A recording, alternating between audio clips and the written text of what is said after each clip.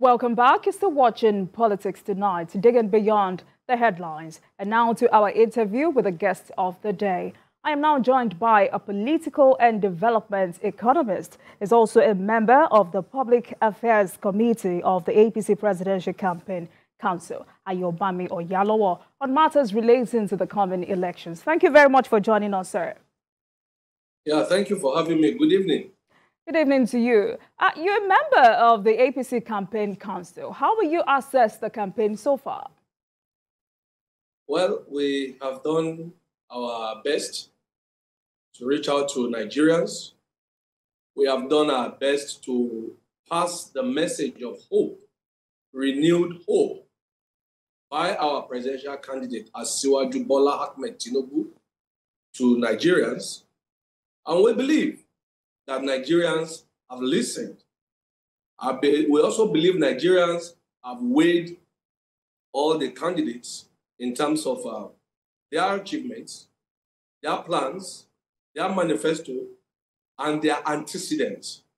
And we also believe that most Nigerians have come to the realization and to the conclusion that, yes, we have a lot of contestants, but above all, we have one contestant that stands shoulder above every other contestant.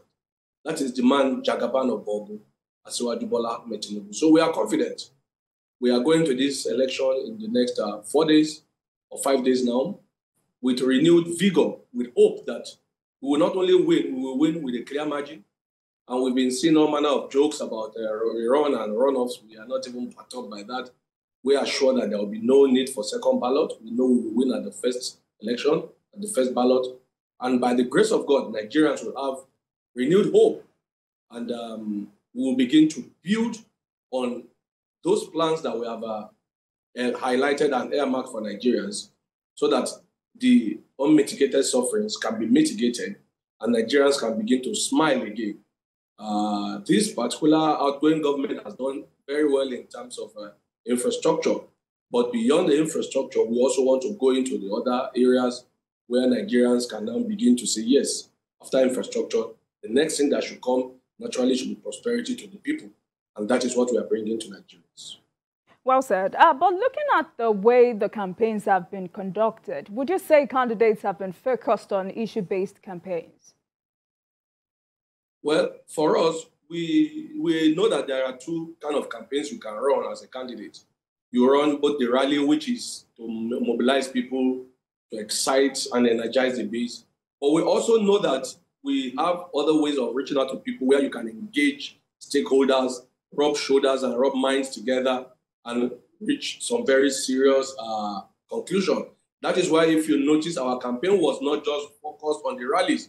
We are also focused on focus groups, specific focus groups. We were the only one that piloted the idea of the town hall system. And you'll see how well those town halls went. We were able to segment each of them. We met with the miners, with the organized private sectors. We met with the farmers.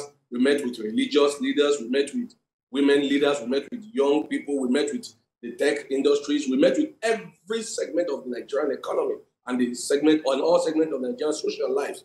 So that way we are able to reach out to everybody. So for us, the issues were discussed in those focus groups where you can tell them, look, this is my vision for this particular segment of the economy or the society. And you're able to get questions, answers, ideas, generating ideas with people. So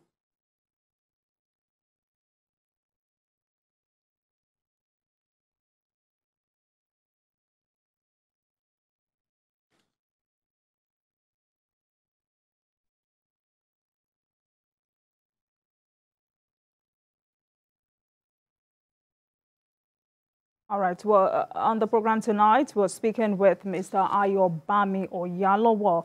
He is a political and development economist. He's also a member of the Public Affairs Committee of the APC Presidential Campaign Council. We've been discussing so many issues and matters relating to the coming elections. Okay, I would like you to go on with your analysis, Mr. Oyalowo.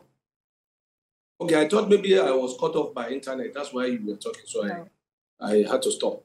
So like I was saying, our campaign was designed in such a way that The rallies were to energize the base, while we had different and various focus groups that we engaged with in what you call town hall meetings. And those town hall meetings were specific, like I said.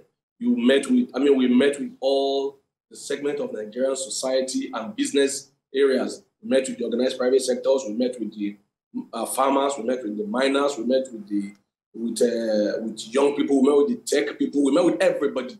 In those focus groups, we were able to highlight issues, we were able to highlight our plans for policies that will develop and energize those areas. So our campaign was designed that way. While the rally was energizing the base, excite the people, the town hall was strictly to rub minds with people in specific or focus groups, either in the economic sector or social sector.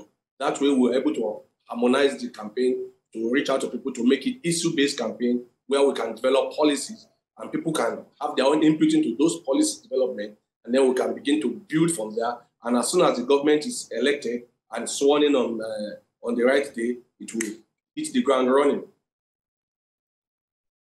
All right then, so why has there been so much bad blood and name-calling during these campaigns? Well, every campaign is unique.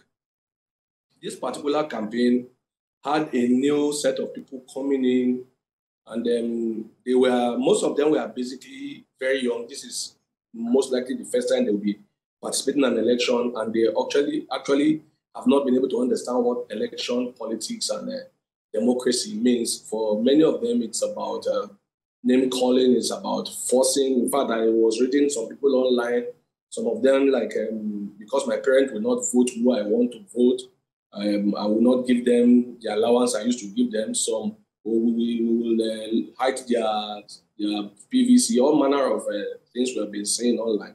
So it's basically young people who think democracy is about how to force their will on others. And that is why we've had a lot of name calling, a lot of insult, a lot of abuses, a lot of memes. And I think social media contributed to this. While social media is a beautiful thing, it also can be abused because it's not regulated. Somebody just wakes up, make up some memes. In some of them, even correct videos can be tuned in the way they want it, pictures, and then abuse people, curse people. So you can't stop it except there is a rule guiding the application of social media. And unfortunately, even the traditional media joined the fray. A particular TV, I don't know whether I should call their name, this is the second time they will be fined for this kind of action, encouraging fake news and name calling on their platform. So it is about people not being able to control their emotions, not being able to understand that democracy is always the will of the people. And the will of the people means I have my will, you have your will. If I have the majority, my will goes. You can always have your say, but the majority will have their way. But for this minority, they think they can make so much noise, they can bamboozle people, they can bully and insult people, and then that will give them the result. But like Governor Nasir El-Rufai said, we will take the insult, but we will go for the vote, because eventually INEC is not going to count the amount of insult, they will count the number of votes. All right, so let's talk about you for a minute. What are those qualities and programs that endeared you to Asiwaju Bola Ahmed Tinubu so much that you've chosen to work for him? Like I wrote a little bit of thesis online about 2 days ago about him. Asiwaju Bola Ahmed Tinubu has come to my consciousness since I was an undergraduate in the university. I participated in the 1993 election as a university undergraduate. And then I remember how it ended when the winner was denied. And then the NADECO was formed. And then Asiwaju was a younger man then. He was one of the young men who were bright, who were all over the place. And the man caught my attention. What kind of a man is this guy? I didn't even know much about him then. But he caught my attention with the way he took it very seriously, and he believed that democracy must thrive. So from that moment, I had a mark on him. I was watching him. Then he became governor. And yes, there are times where maybe I didn't agree with some of the things that he did as a governor. He's human. But over the years, I've come to see a leader in Asiwaju Bola Ahmed Tinubu. He's a visionary. It doesn't matter whether you agree with him or you disagree with him. One thing about the man is he has a focus, he has a vision. And like Professor Pat, who told me said about him, everything you are seeing in Lagos today was planned. It wasn't by mistake. Asiwaju planned everything that you are seeing today. So this is a man who can envision something over a long period. And today what Nigeria needs is a leader that has vision. We are not looking for a boxer. We don't want our leader to be able to run marathon. We want our leader to be able to think, to be able to envision, and be able to put in programs that even beyond his stay in office, the thing will continue to run. Look at what he has done for Lagos State. He's no longer the governor today, but the plans he put in place, we are seeing the fruit of it today. I was in Lagos before he became governor, and I know what Lagos was like. And today we are seeing Lagos is even suffering because of the success of Asiwaju, because the failure of other states is the failure of, is the punishment that is bequeathed on Lagos. People keep trooping in until the point that a state with the smallest landmass now has the largest population in Nigeria. So, and it is because he has grown that state from just another state in Nigeria to a state that has the fourth largest economy in Africa. He has grown that state from a jungle and a slum of a state to a mega city today that you can begin to plan. And as I speak to you, the American embassy is being built on the land of Lagos, where he reclaimed in what used to be the Atlantic Ocean. Today, that will be the biggest American embassy in the history of America since they've been having embassies outside their shores. So Asiwaju is a visionary. And being a visionary means is somebody who can see things even when you are not seeing it. And Nigeria needs a man today who can see beyond what is going on today.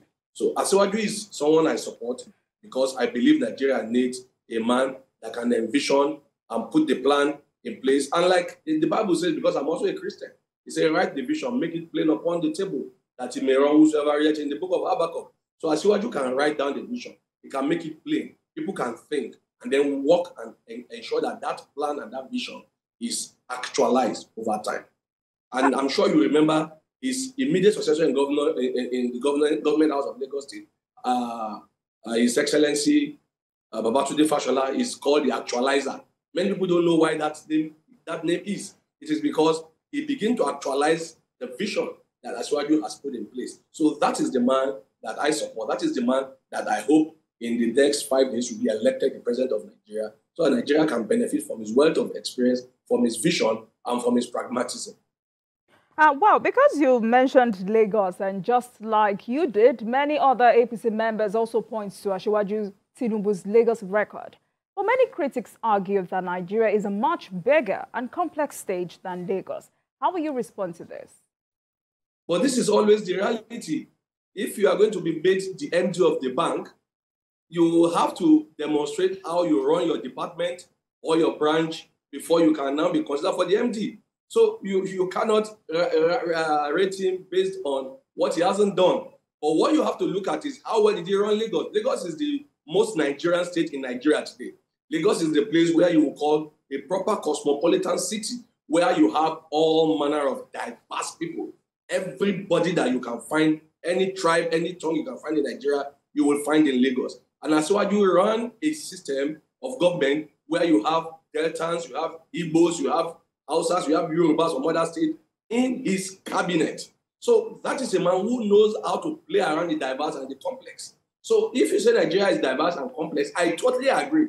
But I'm saying it is from the microscopy that you begin to go to the gigantic. So the man has been able to manage the small. And like the Bible says, because I'm a Christian, I always say that, the Bible says, if you are unfaithful in little, who will give to you a bigger one? So he has done well in the one he was given. You can't appoint a man empty because you think, oh, when he did his branch, he did excellently well, but we don't know if he can run the bank. But if he has done very well in his department, then it is automatic that you give him the opportunity to bring his wealth of experience as a departmental, a branch, or a unit head to be able to run the whole the bigger branch. So since he has done so well, and today Lagos is a state that you can use as an example anywhere of focus, of vision, of planning, and of good governance, then I think Asiwaju deserves a mention when it comes to running Nigeria. I mean, of all the people who have run Nigeria before him, who among them have the preparedness that he has? Who has ever had the vision? Asiwaju is a man that has been prepared forever to run Nigeria. He's a man who has prepared his vision. He's a man who knows exactly what it takes to run Nigeria. So I don't see it as a problem because Nigeria is bigger than Lagos. I agree totally. But I see Asiwaju as a man who has been prepared for years, for weeks, for months, and for almost all his life to get to this point that we are today. So bringing him to run Nigeria is a plus for Nigeria because unlike many accidental leaders we've had in the past, for the first time we're going to have a president who actually is prepared to be the president. In that regard, are you convinced that your candidate has got what it takes to win this presidential race? I said he's a man that has been prepared forever. One of the biggest plus for Asiwaju is detribalization. He's a detribalized Nigerian. He's a man who has extended his hand, who has what you call the handshake across the Niger. Asiwaju is the man today. If you go to Sokoto, the edge of Sokoto, which is almost in another country, his name is there. If you go to Gambo, if you go to anywhere in Bordeaux, his name is mentioned. If you go to anywhere in the south, his name is mentioned. So Asiwaju is a man who has built. I mean, I was telling a friend recently, I said Asiwaju is the closest to MKO Abiola that we've had. And in that regard, what I mean by that is this man who his kindness, his goodness of heart, his philanthropy has touched the furthest part of Nigeria. He has built relationship. And today you can see how that relationship is working for him. I just mentioned Sokoto and it came to my mind that I have our elder brother there, His Excellency Senator Wamako, the former governor of Sokoto State. He is mobilizing massively for him in Sokoto. Why? Because Asiwaju is that man. I'm sure you know where the title, the Jagaban of Bogu came from. The Emir of Bogu that gave him that title, if he tells you the story of how they have been together, you will understand. And then I'm sure you have listened to some of our lawmakers, even from the north. They will tell you that today we are where we are today because of Asiwaju. So yes, Asiwaju has, like they say in the Yoruba, he has poured water in the front so he can step on wet ground. He has done enough for everyone across the country to be named as a Nigerian who is truly a Nigerian. So Asiwaju has all it takes. He has the wherewithal, he has the intellectual capacity, he has the connection, he has the friendship, he has the goodwill to be able to win this election. And I can assure you, by the grace of God, he will win this election without equivocation. All right. Mr. Oyalowo, let's also talk about young people and this race. How much impact will the vote of young people make this time around? Yeah, many people still forget that the APC has the most powerful youth wing in Nigeria. Let me tell you a story. When the APC was going to be merging, going to become APC, we had the CPC and the AC, and then other parties joined. Can I tell you the truth? We already had the APYF. They merged even before the main party. So our youth wing is one of the strongest, most vibrant youth wing in Nigeria. Maybe they may not be, they are not the ones abusing people online, so you may not think they are there because they don't go around harassing and attacking everybody they can find online. But I can assure you, without equivocation, our APC young wing is very strong. And we will get massive vote of young people. I was somewhere today, I went to eat and I met a young man. His name, I forgot his name, from Delta State. He was speaking perfect Chinese. I think the language is not Chinese. I don't know what they call Chinese language again. He was speaking to some Chinese men and I'm like, you know this language? He said, yeah, he studied it and now he works as a translator. A young man, very handsome young man. And we had a discussion and I asked him, who are you going to vote for? He said, it's Asiwaju now. I said, how come? He said, that man is a great man. And this is a young man who is not even a political person. He's just a translator working with the Chinese people who speak their language. And if you go around, go to young people in schools, in normal places, not the ones abusing everybody online, proper young people who are well raised and well grown. You will see them telling you, and they know what Asiwaju has done. I'm sure you remember he's the one who said what they call the one-day governor in Lagos State. We've had the testimony of many of these young people whose life has become better today because of the impact of Asiwaju in their life. I'm sure you know the story of the twins. I can't remember their name now, that were conjoined, that Asiwaju had to pay for their separation. I know those are young people too. They are now in their young age. So a lot of young people whose life has been touched. Under his watch, he made sure that every child in Lagos public school Whether you are Yoruba, Hausa, Igbo, Ijo, anything you are, they paid their fees. All those young people have grown up today. They are now in their 20s, 30s. I can assure you, they are not noisy. They are not making noise. They will all vote for the man whose impact. I saw one of their stories. He said he will not be where he is today because his parents could not have afforded the money to pay for his WAEC fee. But Asiwaju paid for it because he paid for every child in secondary school. And that is why today he made it. As at that time, the guy was talking, he was already doing well. He has gone through university. He's now well established. So we have a lot of young people who will tell you that their life is where it is today because of the impact of Asiwaju. So for the young people, Asiwaju will get their vote. But beyond getting their vote, I can also tell you one thing about Asiwaju. He's a man who runs a system that incorporates brains.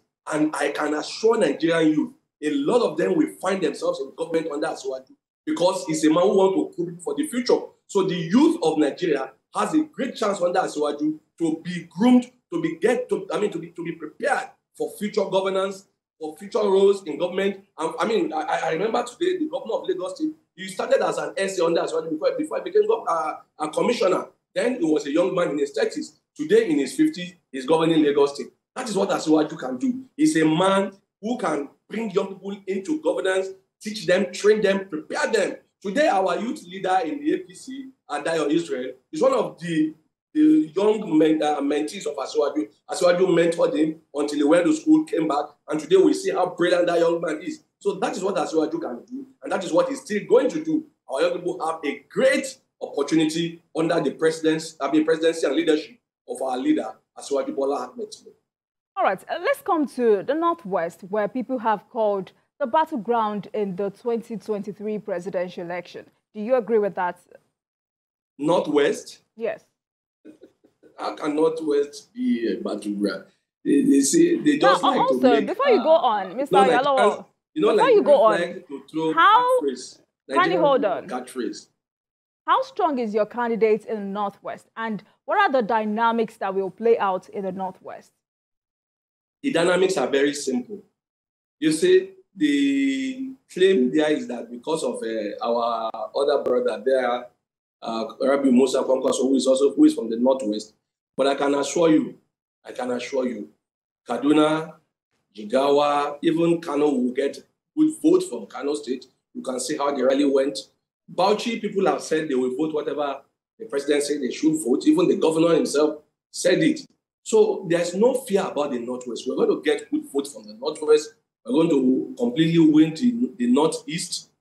Maybe only Adamawa will have maybe 50-50 because the PDP candidate is from there. But nobody doubt the fact that the Northwest will give Asiwaju the same kind of vote that they have given to our outgoing president, President Muhammadu Buhari, because the APC has been able to ingrain itself as a party in the heart of our people in the Northwest. And then by birth, I'm from the Northwest. I was born in Kano. So I can tell you that we Kanawas were going to give Asiwaju a lot of votes come February 25th, which is just about 4 or 5 days away.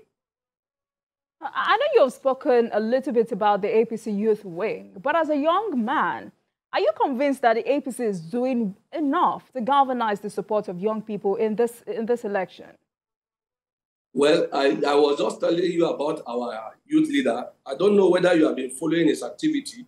This young man has traversed every state, every region in Nigeria. So how much galvanization do we need again when the youth leader himself has been the leader of the young people in all these places? Adayo Israel is a young man that has amazed me by the way he has done it. And also, while he's doing it, we have the City Boy movement.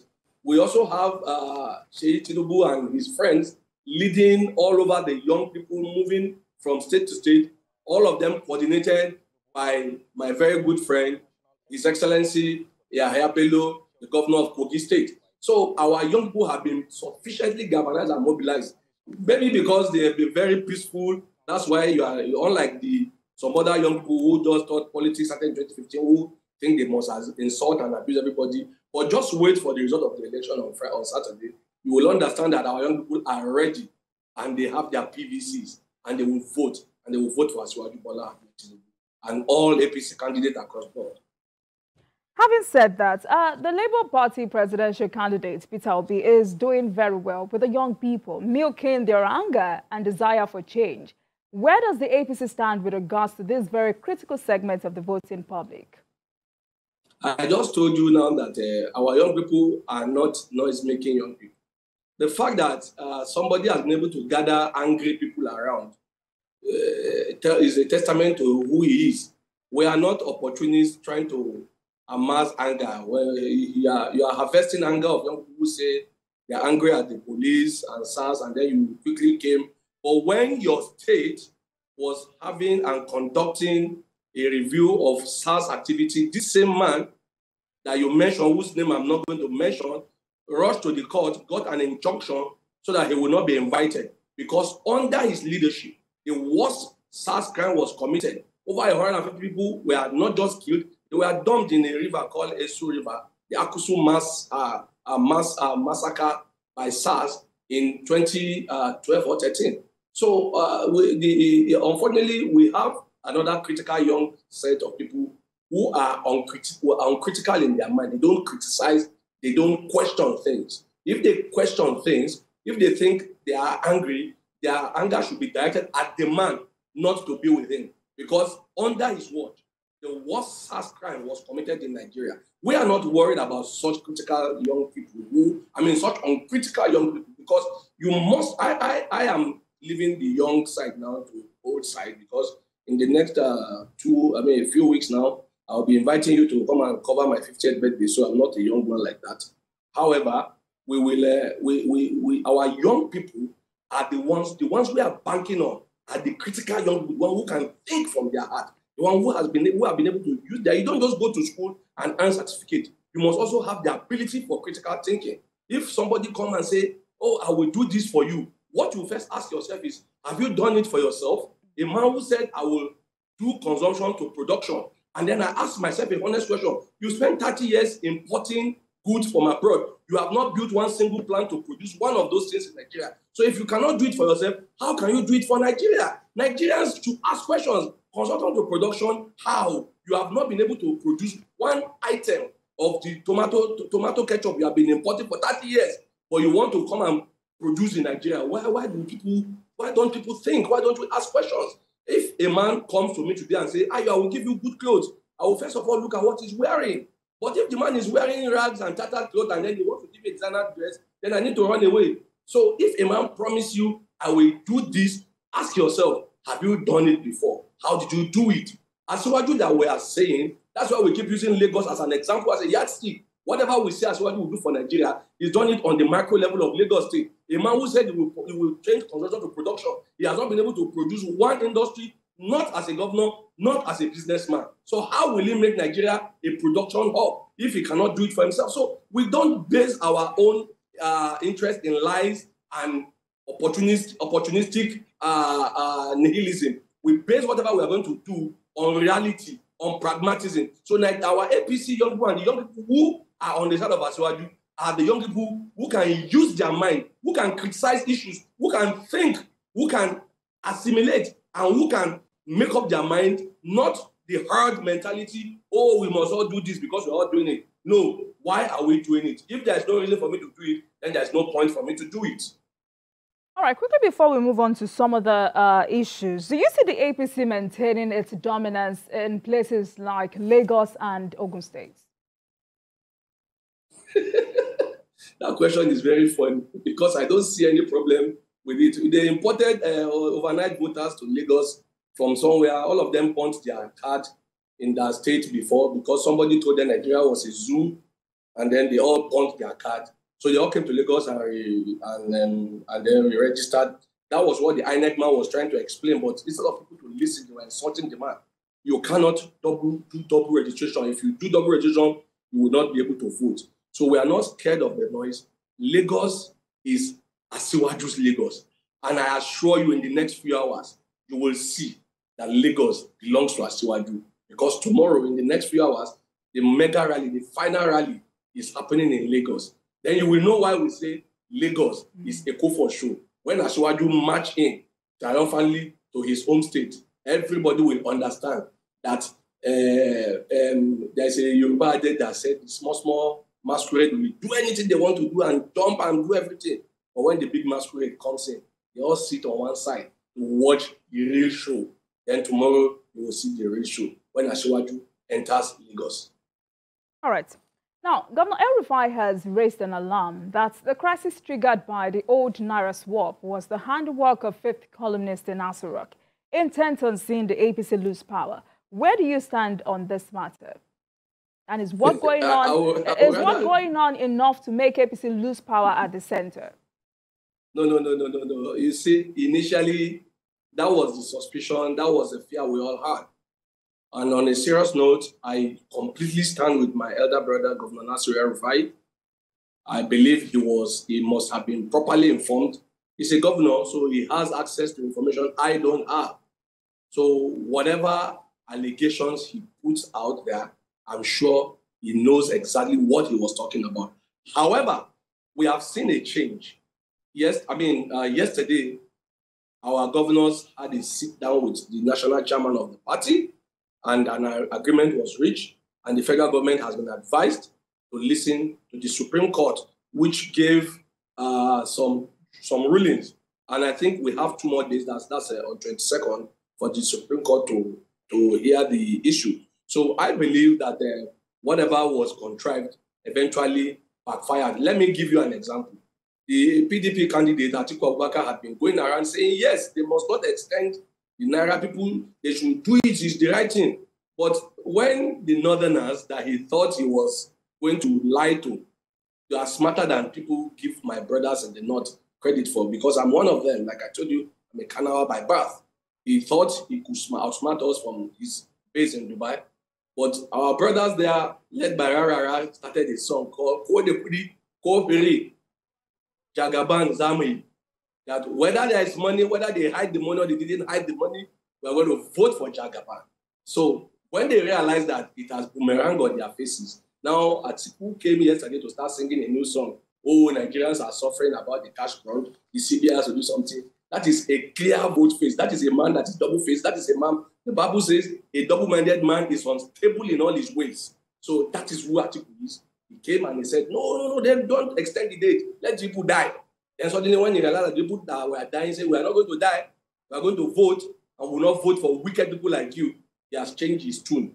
So the same thing with Peter Obi, suddenly changed his tune. Only Asiwaju stood with the people, despite the fact that he may be clashing with the position of somebody who is his own leader today as a president. Despite that, he stood with the people. So Nigerians have now seen that Asiwaju is with the masses. And the masses have said, we will vote for the man who stood with us in our time of pain and need. Therefore, no matter what they contrive, I don't know who are the people, and I don't want to get involved in individuals because I'm not there, I wasn't there, and I don't know anything about that. However, the little I know is that whoever planned this, I don't know who they are, but I try to know that Emefiele is the head of this wicked policy that has put people into penury. They have seen that their plan is no longer working. And I keep just saying this, Emefiele should have been fired from the day he tried to contest for the primaries of the APC. That was a mistake that this government made. You shouldn't allow such a man to hold such sensitive position.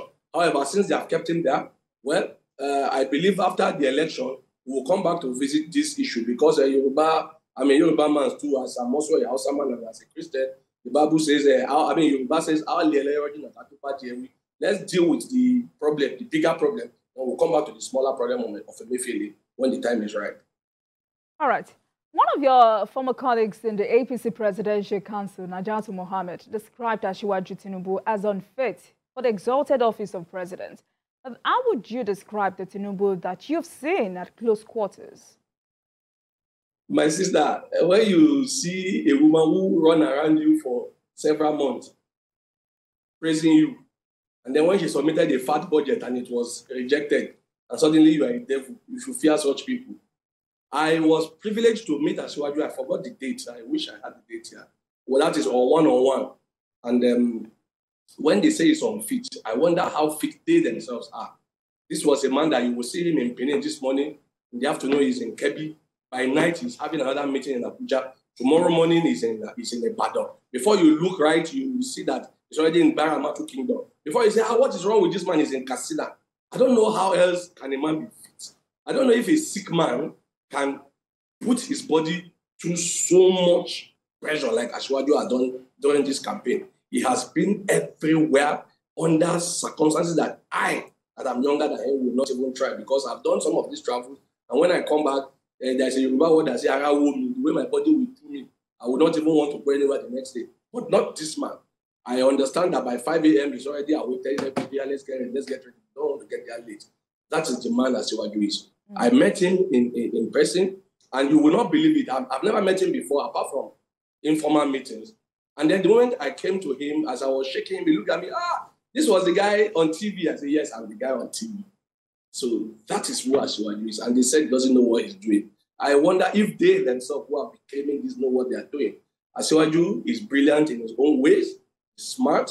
He's old. Yes, he's 70. Yes, that is old. But he is not senile. He's not weak. He can do the job. Joe Biden is older than him by about 10 years or thereabout. If Americans are not talking about ageism, why is Nigeria worried about ageism? And then when we look at all the contestants, the Peter Obi they are talking about is 61 or 62. Atiku is even older at 78 or whatever. And I can see at times they hold him around. And maybe many people don't understand. Some of the best presidents America has had, from Roosevelt, all of them, most of them were battling some things in their life. So it is not his physical energy enough that we need. We need more of his mental energy. And like I told you, we'll be surrounded by young people, smart young people that he will groom, so that by the time he's no longer around to run the office, a lot of Nigerians, you see, what we've had in Nigeria over years is that we've not had system to prepare people for governance. We've had too many accidental leaders who don't know what they are coming to do in power.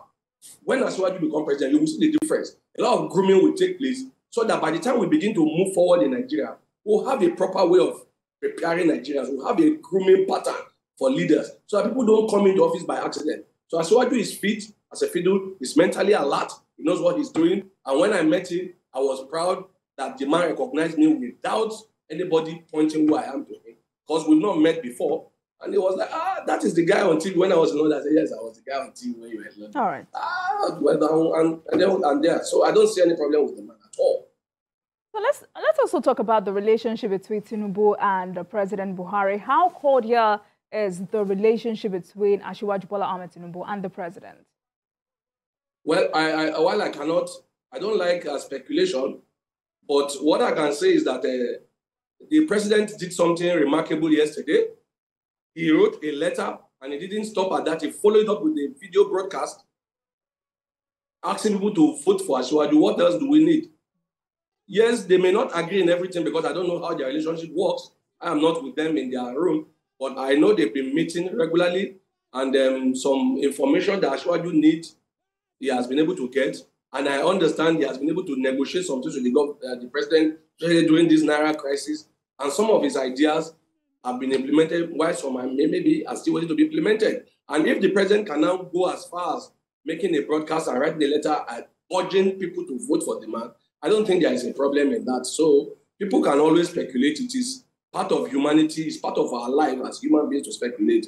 But I don't see any problem that is unsurmountable between them. If they have any disagreement at all, it will be normal human disagreement that human being will always have.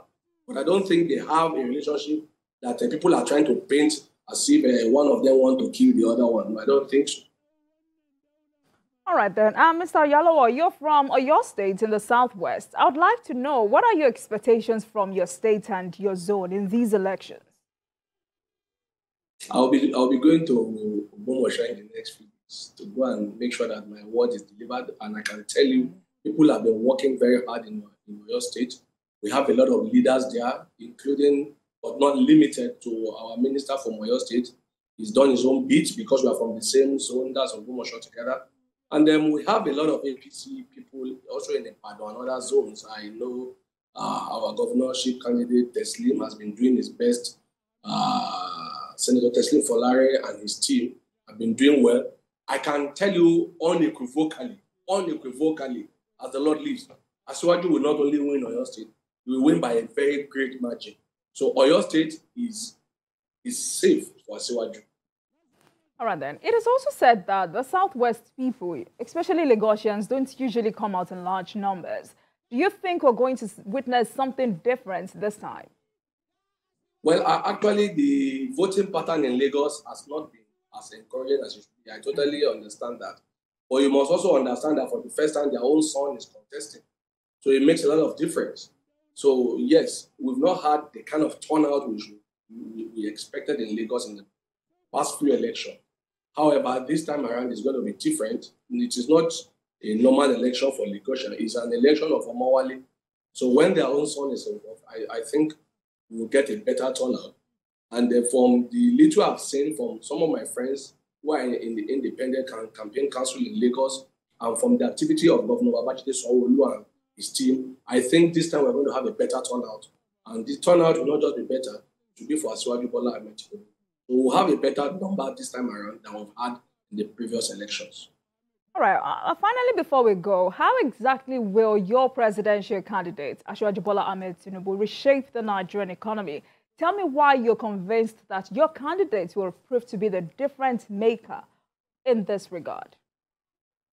Okay, I read a story about how Asiwaju, as a treasurer in Mobi, did a magic for Mobi to finally have their headquarters in Lagos without breaking the bank. That man is a financial wizard. I also was old enough when he was governor, I was married. And I remember how the presidency of Obasanjo then made his life a living hell with holding Lagos State allocation for several years. And then I know how the man used his ingenuity, not only to run the state, but also to finally make Lagos self-sufficient. Today, Lagos is the only state, or maybe one of the 2 or 3 states, that may survive or will survive effortlessly without collecting any money from the center. That is who Asiwaju is. Right. And today, Nigeria needs a man who can raise funds because Nigeria is in dire need of finance. Asiwaju has done it before. Asiwaju can do it again. All right. It has been a pleasure speaking with you, Mr. Ayobami Oyalowo, a political and development economist and also a member of the Public Affairs Committee of the APC Presidential Campaign Council on matters relating to the coming elections. Thank you very much for coming on Politics Tonight. Thank you for having me on your program.